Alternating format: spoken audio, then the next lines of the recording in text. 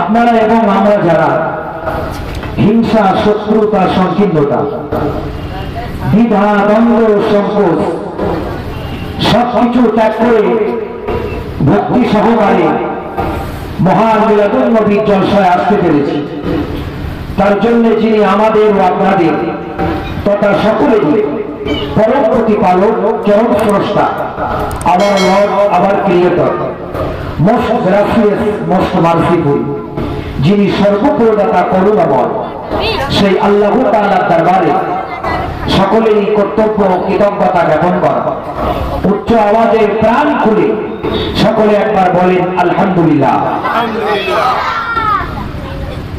ঠিক তারপরে সর্বস্বরেণ্য, বিশ্ববরেণ্য, মাননীয়, স্মরণীয়, বরণীয়, গ্রহণীয়, মনে যার অসীম বল, চোখে তার আলোর দীপ্তি, হৃদয়ে তার অফুরন্ত দয়া, প্রাণে তার মহাসাগরের মায়া, যিনি বর্তমান মদিনাতুল মুনাওয়ারাতে মসজিদে নববী সংলগ্ন যে সবুজ গম্বুজ তার নিচে অবস্থান করেছেন, সেই নবী পাকের শানে হাজার হাজার দরুদ ও সালাম।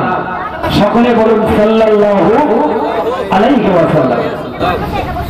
একটু আগে আপনারা একাধিক বক্তার মুখ থেকে অনেক গুরুত্বপূর্ণ আলোচনা শুনছিলেন।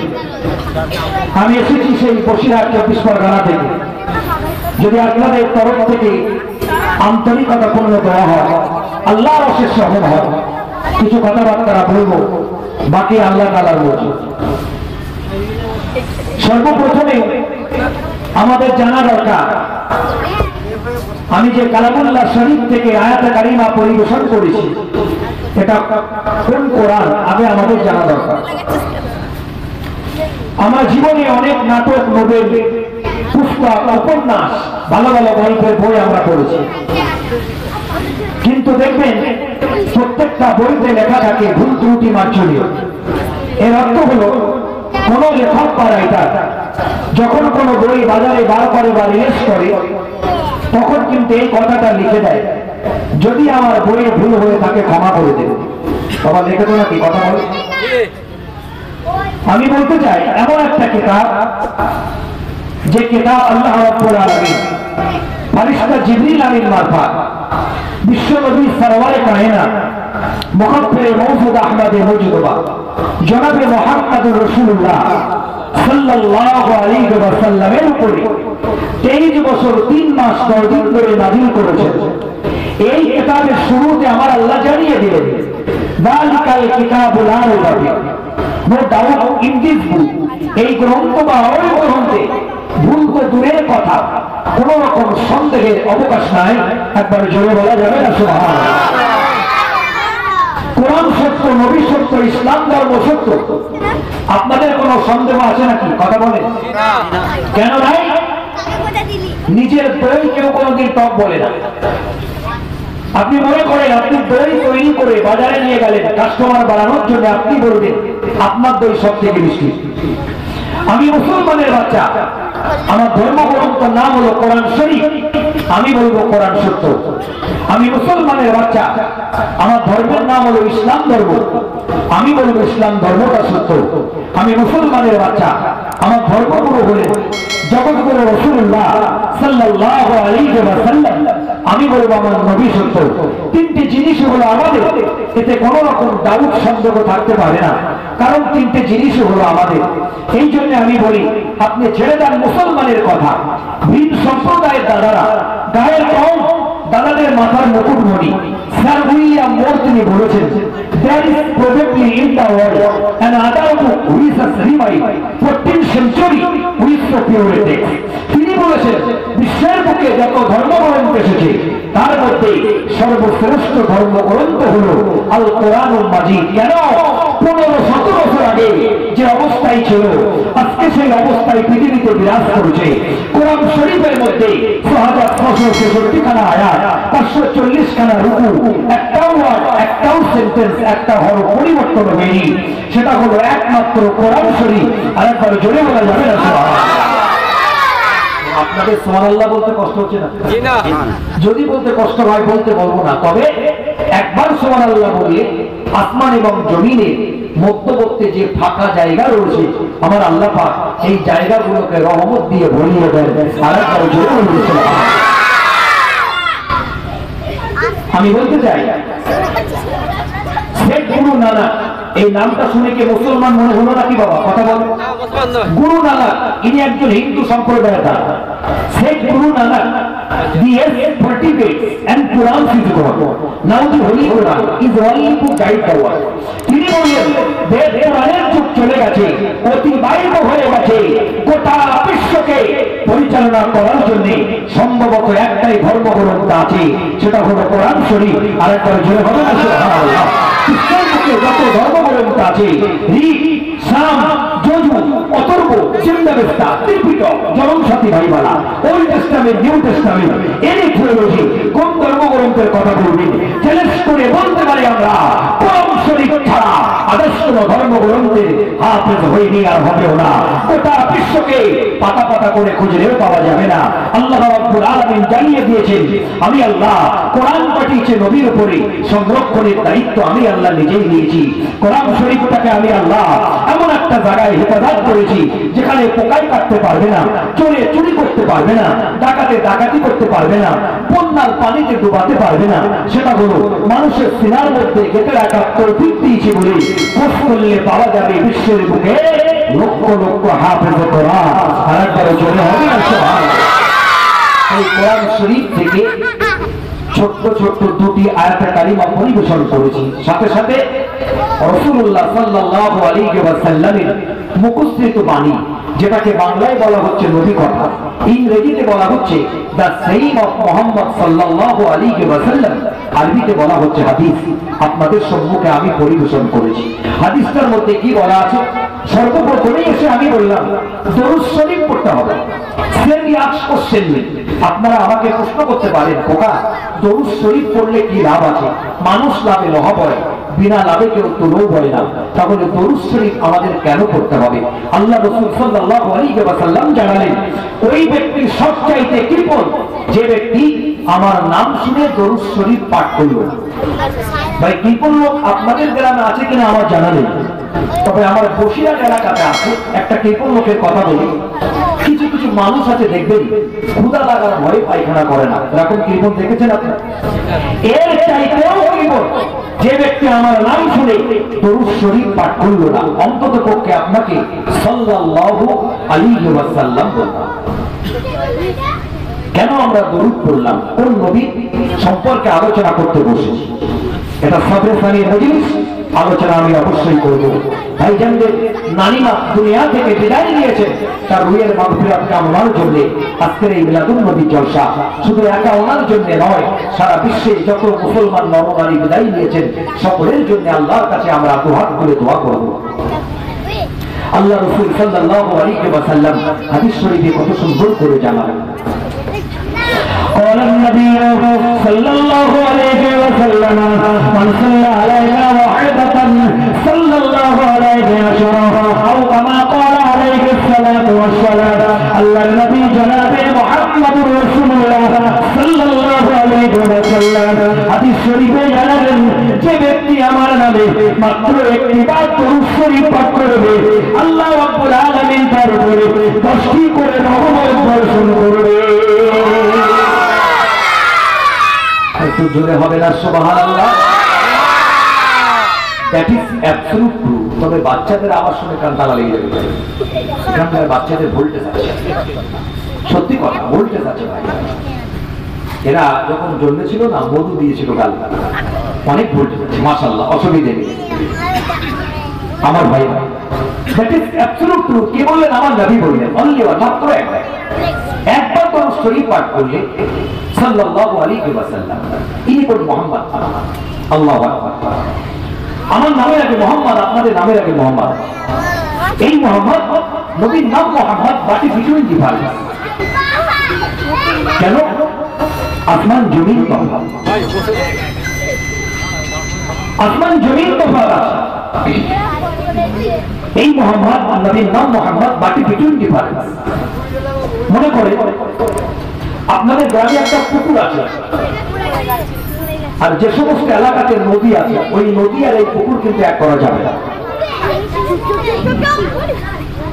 একটা খাল আছে মনে করে, নদীটাও যেমন খালে নদীর একটা শাখা প্রশাখা, এই দুটো এক করা যাবে না। ইনসাইক্লোপিডিয়া ব্রিটানিকা তাতে বলা হয়েছে মুহাম্মদ সাল্লাল্লাহু আলাইহি ওয়াসাল্লাম the most successful of all the religious personalities। বিশ্বের বুকে যত ধর্মগুরু এসেছেন তাদের মধ্য থেকে শ্রেষ্ঠত্বের আসন গ্রহণ করেছেন আমার আপনার নবী সরওয়ারে কায়নাত মুকব্বির মওজুদা আহমদে মুজতবা জনাবে মুহাম্মদুর রাসূলুল্লাহ। সকলে বলুন সাল্লাল্লাহু আলাইহি ওয়াসাল্লাম। সেই নবী সম্পর্কে আলোচনা, নবী পাককে ভালোবাসতে হবে, মহব্বত করতে হবে। তিনি কেমন নবী ছিলেন? আমার নবী পাক সম্পর্কে দরুদ শরীফ পাঠ করলে নবী পাকের আলোচনা শুধু মুসলমানেরা করেনি, আমার নবী পাকের আলোচনা শুধু হিন্দু ভাইরা করেনি, আমার নবী পাকের আলোচনা শুধু বৌদ্ধ ভাইরা করেনি, আমার নবী পাকের আলোচনা শুধু খ্রিস্টান ভাইরা করেনি, আমার নবী পাকের আলোচনা শুধু ইহুদি ভাইরা করেনি। সারা বিশ্বে যত ধর্মের মানুষ এসেছে সমস্ত ধর্মের মানুষেরা বিশ্ব নবীকে নিয়ে আলোচনা করেছেন। আর সুবহানাল্লাহ, সমস্ত নবীরা এসেছিলেন এক একটা গোত্রের নবী। মুসা নবী একটা গোত্রের নবী, দাউদ নবী একটা গোত্রের নবী, ঈসা নবী একটা গোত্রের নবী, কিন্তু আমার আপনার নবী হলেন সারা বিশ্ববাসীর জন্য নবী। আর একবার জোরে বলুন সুবহানাল্লাহ। সেই নবী তাকে নবী নামে দরুদ শরীফ পাঠ করলে কি লাভ আছে? আল্লাহ নবী সাল্লাল্লাহু আলাইহি ওয়াসাল্লাম তিনি এমন একজন নবী ছিলেন, ऐसे মোহাম্মদ সাল্লাল্লাহু আলাইহি ওয়াসাল্লাম general the orator, the king's the philosopher, not doctor but a father of doctor. Allah gave his guidance to the prophet, preaching all the audience at first million of eulogy to our greatest Allah, with a cheerful heart or changed and forgotten by the people and truth was mixed with the falsehood. নিশ্চয় নবীর আপনি কোন দিকটা দেখবেন? মৃত্যু সম্পর্কে আলোচনা আমি অবশ্যই করব, কিন্তু নবীকে আগে ভালোবাসতে হবে, তা না হলে কবরে যে আপনার শান্তি হবে। বাবা ঠিক বলছি না ভুল বলছি কথা? তবে শ্রোতা তো মানে তিন দিকে শ্রোতা, আমি কোন দিকে তাকাবো বুঝতে পারছি কথা বুঝেছেন? এদিকে তাকাবো না, এদিকে তাকাবো না, এদিকে তাকাবো। বিশ্বনবী সাল্লাল্লাহু আলাইহি ওয়াসাল্লাম সম্পর্কে দরুদ শরীফ কেন পড়তে হবে? এই দরুদ পড়লে কি লাভ আছে? বনি ইসরাইল বংশে একজন মানুষ ছিল, মানুষটা 200 বছর আয়ু পেয়েছে। ভাই কত বছর বললাম? 200 বছর আয়ু পেয়েছে। ওই মানুষটা জীবনে কোনোদিন ভালো কাজও করে। 200 বছর আগেকার যুগের মানুষরা এরকম বয়স পেয়েছে। 50 বছর বয়সে ওই ছেলেটা, ওই 50 বছর বয়সে ওই ছেলেটার বিয়ের বয়স হতো মনে পড়ে, আর এখন 50 বছর বয়সে মারা যাচ্ছে। এত বয়স হতো তাদের, এত বয়স পেত। 200 বছর বয়স পেয়েছে বনি ইসরাইল বংশে আমার ভাইরা। তো ওই 200 বছর বয়সে কোনো ভালো কাজ ওই মানুষটা দ্বারা হই ভাইয়ের আমার বনি ইসরাইল বংশে ওই ব্যক্তিরা 200 বছর আয়ু পাওয়ার পরে মারা গেছে, ইন্তেকাল করেছে। আল্লাহ তাকে সারা দিয়ে চলে গেছে। বাবা মুসা আলাইহিস সালাতু ওয়াস সালামের জামানার কথা, আল্লাহর নবী মুসা আলাইহিস সালাতু ওয়াস সালাম তিনি বাড়িতে রয়েছেন। 200 বছর পরে ইন্তেকাল হওয়ার পরে ওই ব্যক্তিটাকে এবার বনি ইসরাইল বংশের কিছু লোকজন তারা মিলে ওই ব্যক্তিটাকে ধরে নিয়ে জঙ্গলে ফেলে রেখে এসেছে। জঙ্গলে ফেলে রেখে এসেছে। গ্রামে মানুষ মারা গেলে কি হয় গো? মসজিদে মাইকে অ্যানাউন্স হয়ে যায়, বিশেষ ঘোষণা, এই গ্রামের অমুক ব্যক্তি ইন্তেকাল করেছেন, তার জানাজা নামাজ জোহর বাদ হবে। এটা বলি তো নাকি বাবা? কিন্তু কোনো কথা হয়নি, জঙ্গলে ফেলে রেখে চলে এসেছে। দরুদ শরীফ কেন করতে হবে? কোন নবীর নামে আমরা দরুদ শরীফ পাঠ করছি? আমার নবী সম্পর্কে আলোচনা করেছেন। মাইকে নেই কাহা, যে মানুষটা খ্রিস্টান সম্প্রদায়ের মানুষ, সবচাইতে ইসলাম ধর্মটাকে সব থেকে বেশি বেশি করে শত্রুতা করেছে, এই মানুষটা একটা বই লিখেছেন। বইটার নাম হলো দি 100 বা দা 100, 100 জন মনীষীর সংক্ষিপ্ত জীবনী। এই বইটার মধ্যে তিনি আমার নবী পাকের নামটা তিনি 1 নম্বরে লিখেছিলেন। একবার জোরে বলুন সুবহানাল্লাহ। মায়ানমারে যারা রয়েছে বৌদ্ধ সম্প্রদায়, মায়ানমারে মায়ানমারে নির্যাতন ভাবে মুসলিমদের উপরে নির্মমভাবে হত্যা করা হয়েছে। এই মায়ানমারে বৌদ্ধ সম্প্রদায় রয়েছে। মানুষটা বৌদ্ধদের ধর্মগুরু মিস্টার স্বামী আনন্দ ইনি রাসূলুল্লাহর একটা মুজিজা দেখে ঈমানের কালেমা পড়ে মুসলমান হয়েছিলেন। দলে দলে ঈমানের কালেমা পড়েছেন। ডক্টর শিবশক্তি সুরক্ষী এই মানুষটা আমার ভাইরা মথুরা বৃন্দাবনে তপসের মন্দিরের প্রধান ঠাকুর পুরোহিত ছিল। ভারতবর্ষের ১৭ কোটি হিন্দু দাদাদের ভগবানের সমতুল্য রাসূলুল্লাহকে গুণের মাধ্যমে সকল যুগে আল্লাহ নবী তাকে দিদার লাভ করিয়ে এই মানুষটা কালেমা পড়ে মুসলমান হয়ে গেলেন।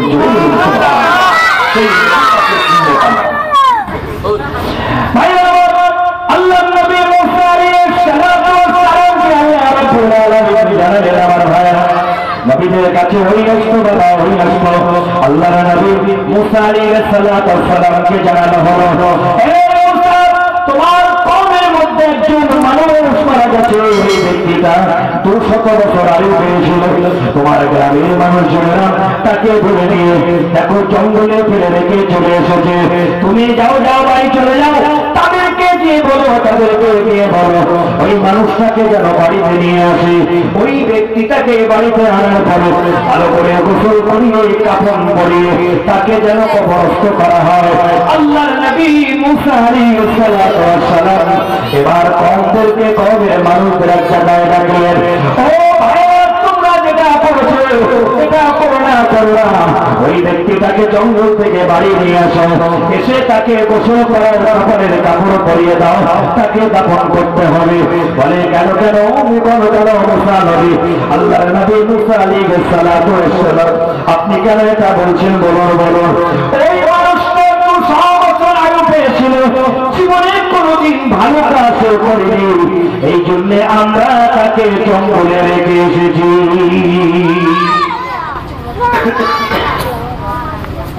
সব জায়গায় সুবহানাল্লাহ টপিক বুঝে সুবহানাল্লাহ। যাই হোক আমাদের বসিরহাট এলাকার বাচ্চা হলে এত সময় তো ঘুমিয়ে পড়তো, সত্যি ভালো তারা বসে আছে ভালো লাগছে। আমার ভাই মুসা আলাইহিস সালাতু ওয়াস সালামকে বললেন হুজুর 200 বছর আয়ু পেয়েছে, এই ব্যক্তিটা জীবনে কোনোদিন ভালো কাজ করিনি, ওকে কেন কাফন পরিয়ে গোসল দিয়ে আমরা কবরস্থ করবো? এটা সম্ভব না, ইট ইজ ইম্পসিবল। পরে দেখো এবার 3 দিন পার হয়ে গেল, কয়েকজন ব্যক্তি মুসা নবী বললেন বলে জঙ্গলে চলে গেছে, গিয়ে দেখে লাশটা পড়ে আছে, ওর গায়ে কোনো পোকা বা কোনো হিংস্র জন্তু স্পর্শ করেনি। আমার ভাইরা পড়ে আছে, ওরা বলছে দেখেছো এত পাপ করেছে যে পশু পাখিতেও পর্যন্ত ওর গায়ে কোনো হিংস্র পশু কিছুই পড়েনি, একেবারে অক্ষত অবস্থায় লাশটা সেখানে রয়েছে। এত পাপ হয়েছে, এই জন্যে আল্লাহ পাক আমার ভাইরা মুসা নবীকে জানিয়ে দিলেন, মুসা তুমি তোমার কওমদেরকে বলো। তারা জিজ্ঞাসা করছে হুজুর এই ব্যক্তির মধ্যে কি ভালো জিনিস আপনি পেয়েছেন আপনাকে বলতে হবে, তা না হলে আমরা ওকে বাড়ি আনবো না। আল্লাহ নবী মুসা আলাইহিস সালাতু ওয়াস সালামকে আল্লাহ পাক জানিয়ে দিলেন, মুসা তুমি বলো ওই ব্যক্তিটা 200 বছর আয়ু পেয়েছে, জীবনে কোনো ভালো কাজ করেনি, তোমাদের চোখে হয়তো তোমরা দেখেছো, কিন্তু ও যখন তৌরাত কিতাবটা পড়তো, তৌরাত কিতাবটা যখন পড়তো ওই তৌরাত কিতাবের মধ্যে আমার আখেরি জামানার নবীর নাম রয়েছে, নামগুলো যখন শুনতো, নামগুলো যখন পড়তো দেখতো সাল্লাল্লাহু আলাইহি সাল্লাম বলে চোখে মুখে মালিশ করতো, আমি আল্লাহ এটা দেখেছি কুদরতি নজরে। আমি সেই পড়ার খাতিরে এটা বলার কারণে আমি আল্লাহ ওর 200 বছরের গুনাহ খাতা সব মাফ করে দিয়েছি। ভাই অবাক আল্লাহু আকবার, যে মানুষটা এতটুকু একটা কারণে আজকে সে আল্লাহ পাক তার 200 বছরের গুনাহ খাতা মাফ করে দিয়েছেন। আজকে নবীকে যদি আমরা ভালোবাসি, কবরের মধ্যে যাওয়ার পরেও কিন্তু আমরা শান্তিতে থাকতে পারবো, কিন্তু ঠিক না কথা বলে আমার ভাই। বিশ্ব নবী সম্পর্কে আলোচনা একটুখানি ব্যাগে আলোচনা করে তারপরে আমি আলোচনায় যাব। আপনাদের অসুবিধা হচ্ছে না তো? আলোচনা একটু শক্তির দাম তো দেখি নারাই করিনি, আর একটু জোরে সোরে বলেন না নারাই।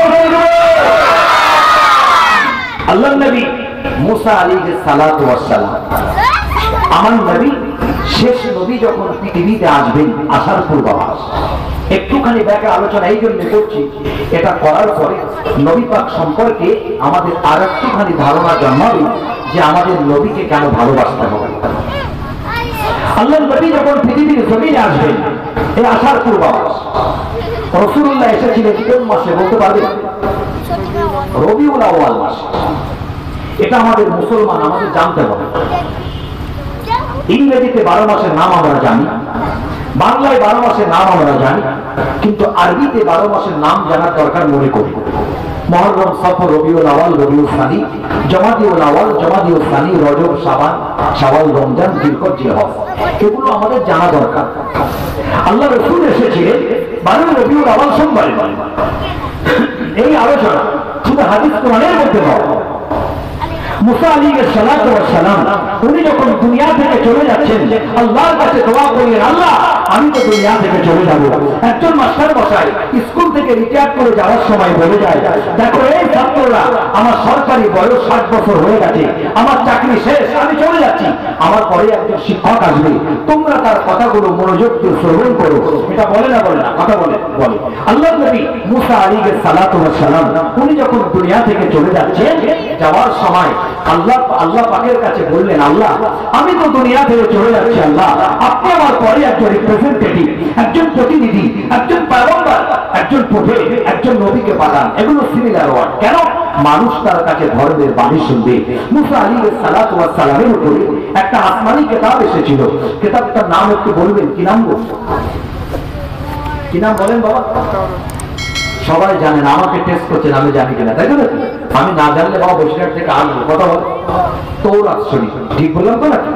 তৌরাতের ভাষাগুলো ইংরেজিতে ট্রান্সলেশন হয়েছে। মুসা নবী বললেন, the Lord your God will reach up unto thee a prophet from the least brother in life unto the Yeshua. আমি চলে যাব, আমার ভাতৃগণের মধ্য হতে একজন নবী আসবেন, তার কথা তোমরা মনোযোগ দিয়ে শ্রবণ করো। এটা বলে আল্লাহ নবী মুসা আলাইহিস সালাতু ওয়াস সালাম চলে গেলেন। তারপরে কে আসলেন? আল্লাহ নবী ঈসা আলাইহিস সালাতু ওয়াস সালাম আসলেন। ঈসা নবী একই রকম ভাবে আল্লাহর কাছে দোয়া করলেন, আল্লাহ আপনি আমার পরে একজন রিপ্রেজেন্টেটিভ, একজন প্রতিনিধি, একজন পয়গম্বর, একজন প্রফেট, একজন নবীকে পাঠান। কেন? মানুষ তার কাছে ধর্মের বাণী শুনবে। ঈসা নবীর পরে 500 বছর কোন নবী আসেনি। এট এ টাইমে আমার আল্লাহ পৃথিবীর মিডল ইস্ট কান্ট্রি মক্কাতুল মুকাররমাতে মা আমিনার ছোট্ট ঘরে কুটিরে আল্লাহ পাক বিশ্ব নবীকে সেখানে নূর হিসাবে পাঠালেন।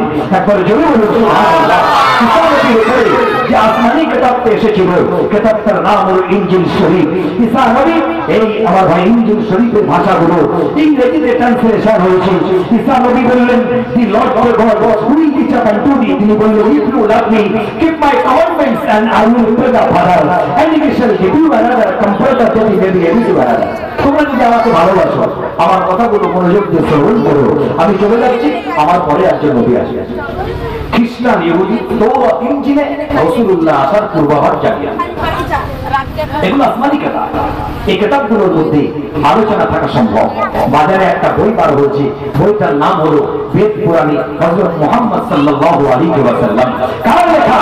আমার আপনার মতো দাড়িওয়ালা টুপিওয়ালা মুসলমান এই বই লিখতে সাহস পাবে না। এখন কার লেখা? ডক্টর বেদপ্রকাশ উপাধ্যায় মহাশয়ের লেখা। আমি যদি এখন এই কাকুকে পেতাম, আমি তার পায়ে হাত দিয়ে আশীর্বাদ এতবার বলতাম, কাকু আপনি এই বইটা লিখেছিলেন বলে আমার মতো মোল্লা মৌলবী জানতে পেরেছে আমার নবী সম্পর্কে আলোচনা আপনাদের ধর্মগ্রন্থগুলোর মধ্যে আছে। বইগুলো ওপেন বাজারে বিক্রি হচ্ছে, কিনে নিয়ে করতে পারেন। তবে যদি কেউ না পান, টেলিফোন করবেন, আমার বাড়িতে আসবেন। আমার বাড়িতে বইগুলো নেই, তবে আমার বাড়িতে রয়েছে। উইদাউট ডিফারেন্সে কোনো কথা বলবো না। কত সুন্দর করে আলোচনা করলেন, তার থেকে দু একটা শ্লোক আমি আপনাদের কাছে রাখছি বোঝানোর জন্য। আমার এতটা বলার উদ্দেশ্য যে আমার নবী পাকের প্রতি যদি আমার 50% মহব্বত থাকে, অন্তত পক্ষে এটা শোনার পরে 20% মহব্বত বেড়ে যাবে। কত সুন্দর করে আলোচনা তার মধ্যে করলেন।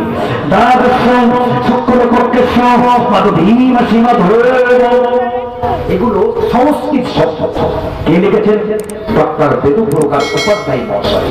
বইগুলো পড়লে আমি আশ্চর্য হয়ে যায়। কথা বুঝেছেন? আমরা যে কালেমা পড়ি আমার দাদারাও করতে পারেন, তবে তাদের ঠাকুর পুরোহিতরা শেখান না বলে তারা জানে না।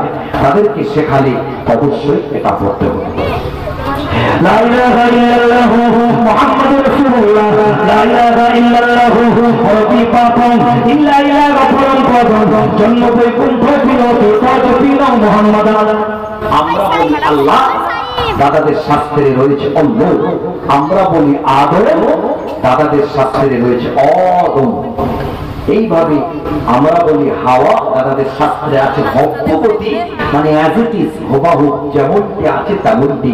রাসূলুল্লাহ আব্বার নাম, মায়ের নাম, কোন তারিখে আসবেন, নামের আগের অক্ষর কি শেষের অক্ষর কি, একেবারে ডিটেইলস তার মধ্যে আলোচনা করা হয়েছে। সম্বলে বিষ্ণু যশাসে কিরিকে প্রাদুর্ভাব হামান সুমতং বিষ্ণু যশ সর্বমাদ ও বৈষ্ণব। ছোট 5 মিনিট একটু আলোচনা করলাম, শেষের দিকে সময় পেলে অবশ্যই আমি আপনাদের কাছে আলোচনা রাখবো। সকলে একটু উচ্চ আওয়াজে প্রাণ খুলে দরুদ শরীফ আল্লাহুম্মা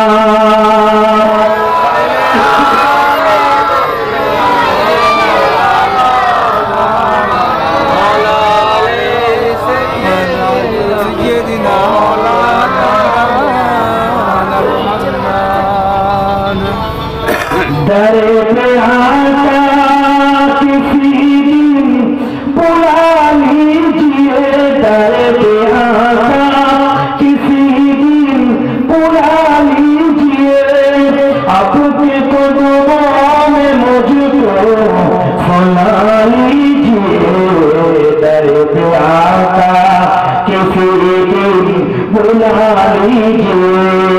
अल्लाहुम्मा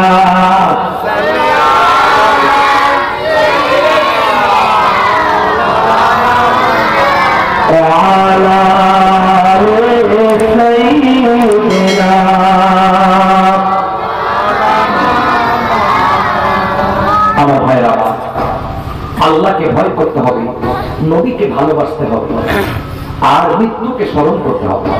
যদি 3টি জিনিস আমরা ঠিক মতো করি, আদায় করি, আমাদের জীবনে কোনো খারাপি কাজ, আমার মধ্যে কোনো খারাপি কাজ আসতে পারে না।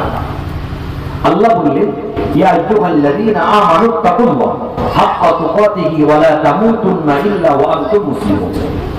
আমাকে ভয় করো, ভয় করার মতো ভয় করো। আল্লাহ এটা কেন বললেন? আর পরিপূর্ণ ঈমানদার মুসলমান না হয়ে মৃত্যুবরণ করো। কিন্তু আল্লাহ কোরআন শরীফে জানালেন, ইজা জা আজালুহুম লা ইস্তাখিরুনা সাআতা ওয়া লা ইস্তাকদিরুন। যার যখন মৃত্যুর সময় আসবে, 1 সেকেন্ড এদিক ওদিক করা হবে।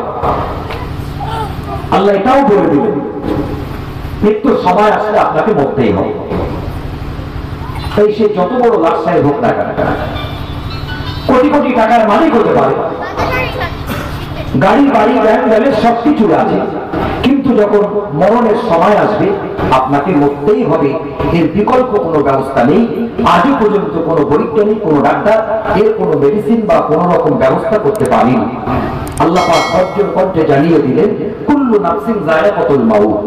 প্রত্যেকটা জীবের মৃত্যুর স্বাদ গ্রহণ করতে হবে। মৃত্যু কেমন জিনিস, এর টেস্ট আপনাকে বুঝতে হবে। মরণকে যদি স্মরণ করতে পারি, আল্লাহকে যদি ভয় করতে পারি, তাহলে নিঃসন্দেহে আমার মধ্য থেকে খারাপি কাজ দূরীভূত হয়ে যাবে। আল্লাহকে ভয় করার মতো ভয় করতে হবে। কেমন ভয় করতে হবে? সামনে মনে করেন একটা বিষাক্ত সাপ, পিছনে রয়েছে সুন্দরবনের রয়্যাল বেঙ্গল টাইগার। এই জায়গাটায়, এই পরিস্থিতিতে আমার মনের মধ্যে কেমন একটা ভয় আসবে, তার চাইতেও বেশি বেশি ভয় আপনাকে আল্লাহকে ভয় করতে হবে। আল্লাহকে যদি ভয় করি, আমি জীবনে মিথ্যা কথা বলবো। আল্লাহকে যদি ভয় করি, আমি জীবনে চিটিংবাজি করবো না। আল্লাহকে যদি ভয় করি, আমি ব্যবসা বাণিজ্য করতে যে আমি ফাঁকি দেবো না।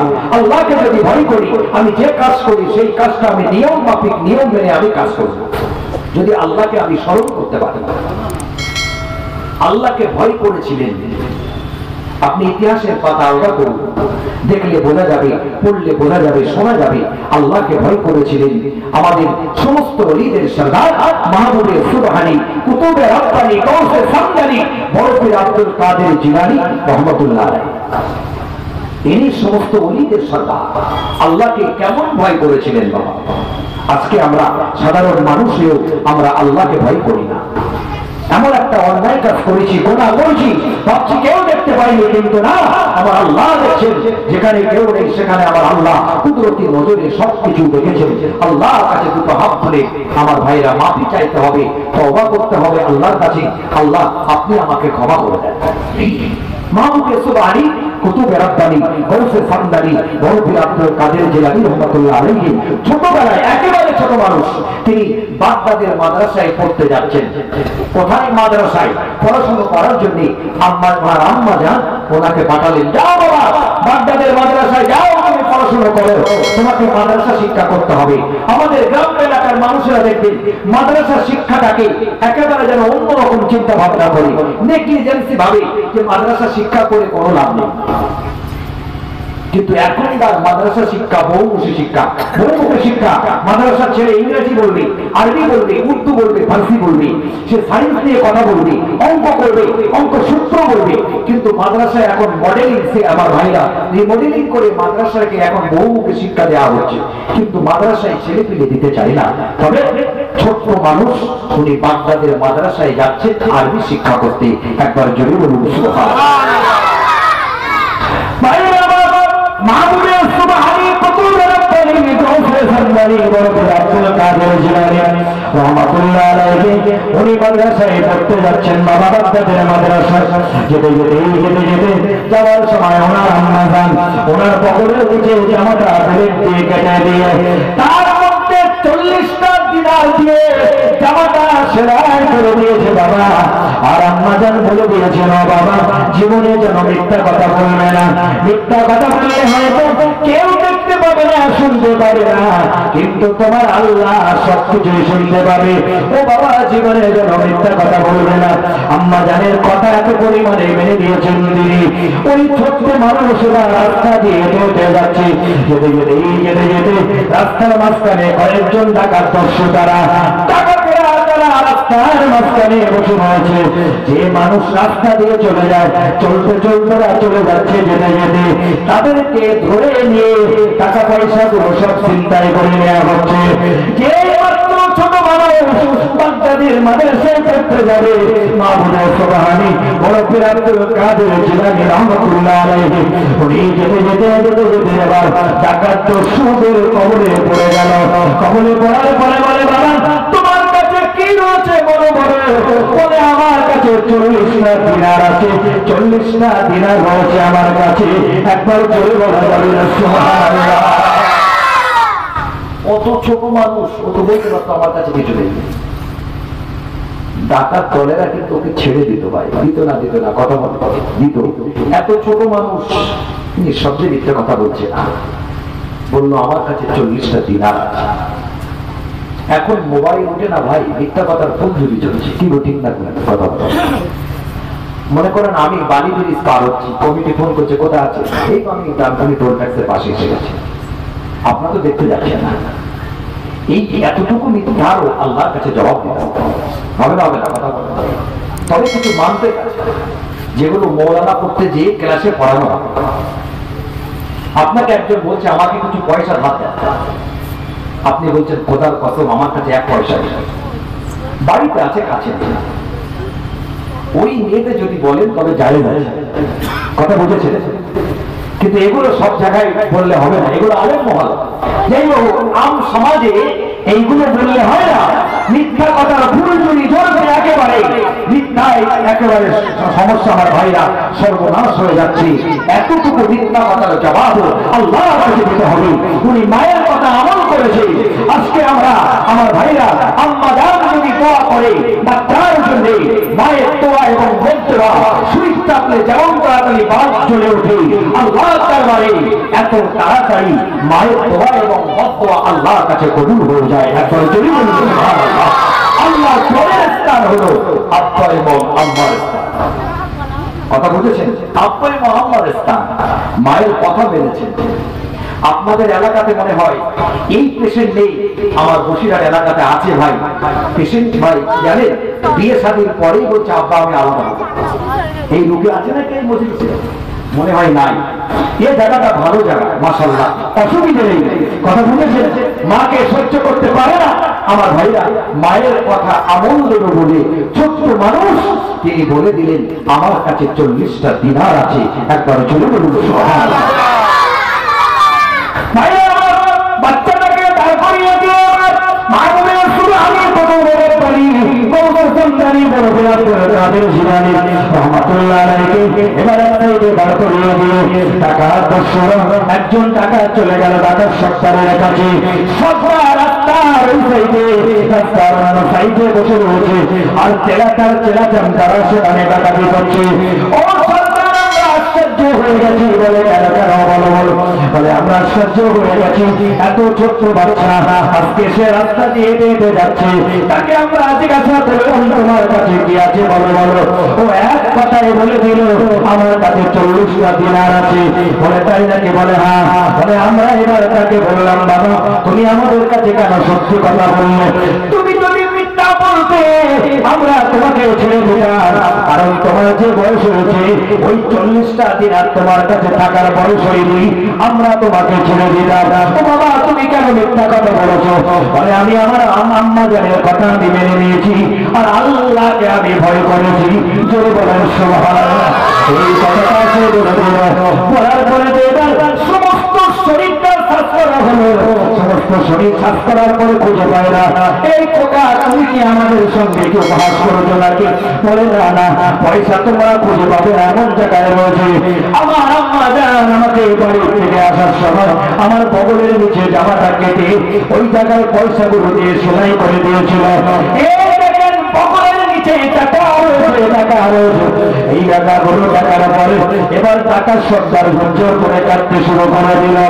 আমার একটু বয়স হয়েছে, আমি জীবনে মায়ের কথা আমি শুনিনি।